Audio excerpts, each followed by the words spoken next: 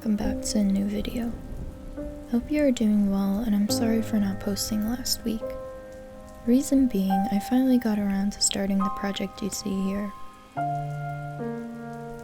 It is a mini collection of 7 pieces total, all surrounding a certain theme. I decided to name this series Can't Think, as it is the general principle that encapsulates all the pieces, but it's pretty general, especially when considering the meaning of each piece. The other reason I named it Can't Think was when I was brainstorming for this series, ironically, I couldn't think of how and what I wanted each piece to be. I'll talk more about this series and what it means to me as a whole a little later, but right now I'd like to discuss what's going on as I'm painting. The board I'm using is a 14 by 18 masonite panel. I used an oil primer to coat the surface before I started painting as well. This ensures that the paint will lay smoothly and not be absorbed by the wood. It also prevents the paint from chipping in the future. For this series, I'm using reference images I took myself and had them up as a guide for when I started painting. I brushed on a fairly transparent wash of Paynes gray mixed with a little bit of transparent oxide red and some liquid to thin down the paint. I used the same mixture with more transparent oxide red for laying down the sketch. I wanted to keep it pretty loose, and I marked the halfway point of each side so I had a general idea of the placement to ensure my proportions were correct. Then I began blocking in color. I made sure to focus on the large areas of colors and shapes, not wanting to be too complicated in the initial layers. I find it easier to start loose in general because you can really focus on the tones and value of the piece. Once you have a base, then you can begin to refine the features and add in the subtle temperature and hue shifts. I also recommend before starting a large piece to do a color study first. It can be small, around 4 by 6 or even smaller. Again, don't focus on the details but figuring out exactly what you want the piece to look like. What colors you like, if your values are correct, things like that. The more problems you work out in the early stage, especially with the color study, the easier it will be when you begin the actual painting because you have an idea of how it will turn out. It is something I wish I took the time to do for this piece. Originally, I had a completely different idea for this painting, a different pose, composition, everything. I even did a sketch of it in charcoal and a smaller color study in oil. I even filmed it all. But as I looked at the study, I felt something was off. I communicated the idea of what I wanted the piece to feel like, but it wasn't a very good composition, and I was afraid it wouldn't translate how I wanted to others. So I decided to change my idea. I worked out a different pose, and it was a bit better compositionally, and it came across in a better light. It didn't have the intensity of the last pose, but artistically it was a better choice. And that's why it's so important to do studies before you begin the actual piece. If I just jumped headfirst into the first idea I had for the concept, I would have wasted upwards of 15 hours struggling to get it to work, rather than the few hours it took me to do the studies. Now, I have the second pose and a new idea for this piece. You think I would follow the advice I just gave and do a small color study for this one too, right? Well, no. Unfortunately, I decided to do this project so suddenly, and I had less than a week to get this piece done, so I didn't have the time to do a second study. I needed to start filming the actual process that day, so I went on a whim and decided it would have to do. Again, I don't recommend following what I did because I got kicked for it multiple times as I painted.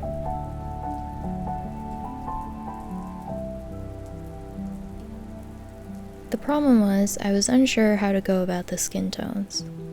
Originally, I made everything way oversaturated, and I had to take a step back and say, okay, this is not working. So then I decided to just work out the values first. I mixed the gray tone and focused only on getting the correct values down. Once I had that, I realized the gray was far too warm for what I wanted, so I went over it again, this time with a more blue tint. After all that, I still decided it looked very flat. The fabric being draped had a violet tinge to it, and yet the skin was this gray-blue color. The reference I took also had more of a cerulean chroma to the skin, so I was like, okay, let's add a little more color. But since I had that base down first, it was much easier to manage my colors and not oversaturate it. Yes, I could have just gone for an underpainting from the beginning, but I wanted to focus more on alla prima techniques rather than layering and glazing. Not to say you have to only do glazes if you're working with an underpainting, but you know what I mean. What would have helped me was doing that small color study in the first place. So while I thought I was saving time skipping it, I really wasn't.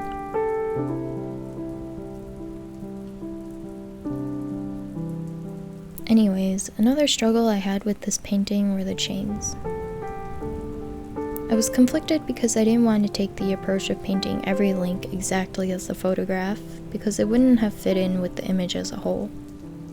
But at the same time, I didn't want it to look so vague and shapeless that you couldn't tell what it was supposed to be. In the end, I don't think I captured it quite perfectly. I definitely need more practice. The good and bad thing is, I have 6 more pieces to go, and they all include this chain, so I'll be practicing it one way or another. I definitely want to take time to really work out how to paint them though. I think I'll do some smaller sketches in oil to figure out what looks best. If you have any tips on painting chain and necklaces, or even jewelry in general, please let me know.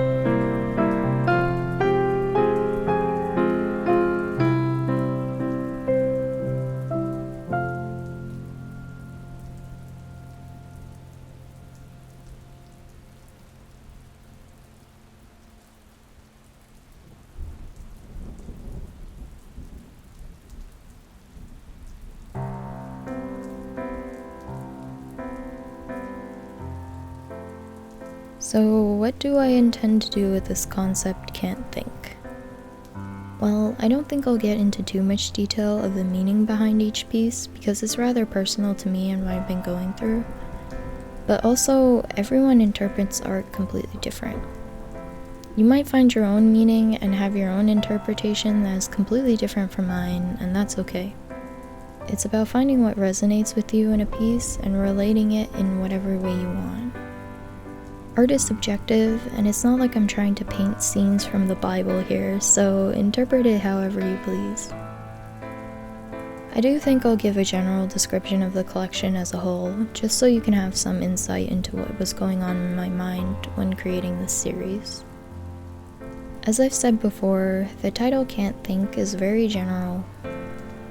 While each piece relates to it in some way, not every piece means the same thing. I intended it to be a sort of sequence of my thought process. This is the first in the collection, so it is the smallest and the base of where these thoughts begin. As I progress with each concept, the physical size of the paintings will be bigger as well. For the most part, that is. Anyways, point being that one piece leads into the next, as if there was a visual form to this train of thought I had. The reason each piece gets bigger relates directly to the thoughts themselves. Because as one gets more and more caught up in their head, their thoughts seem to become more daunting and overwhelming, more so than they actually are. I guess to summarize a bit better, the general idea behind it is that one thought leads to another, and another, and another. Eventually they build up, and it keeps growing exponentially. So now you have all these thoughts in your head, and the majority of them are complete garbage. Clutter. They block out everything that is rational and sensible, and you can't think clearly because of this noise that just keeps growing. Each of the pieces in this series represents one of those thoughts, or even multiple thoughts at once. Those I won't describe to you in detail. You can decide for yourself what it means to you. Let me know what you think, and if you don't think anything when looking at these paintings, that's okay too. I felt this was something I just needed to paint so I could express it and move on.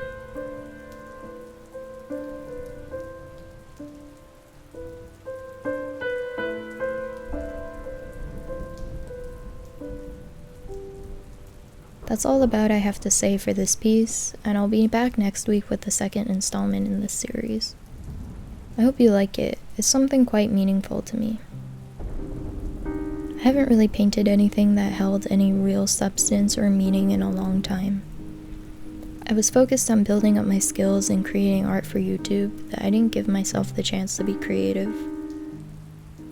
I think it's important to balance learning and building up your technique, and also allowing time for personal expression. I believe it was Picasso that said it took him 4 years to paint like Raphael, but a lifetime to paint like a child. So yeah, you can study the techniques and learn to paint like a master, but if you just study and study, all you'll ever be is another copy. Yes, it's important to learn and build these techniques and skills, but ultimately you're learning this so you can improve the expression of your own ideas. I can go on about this topic another time, maybe in the next video if people are interested, but for now I'd like to leave you here. Thank you so much for watching, I appreciate you all, and I'll see you next time.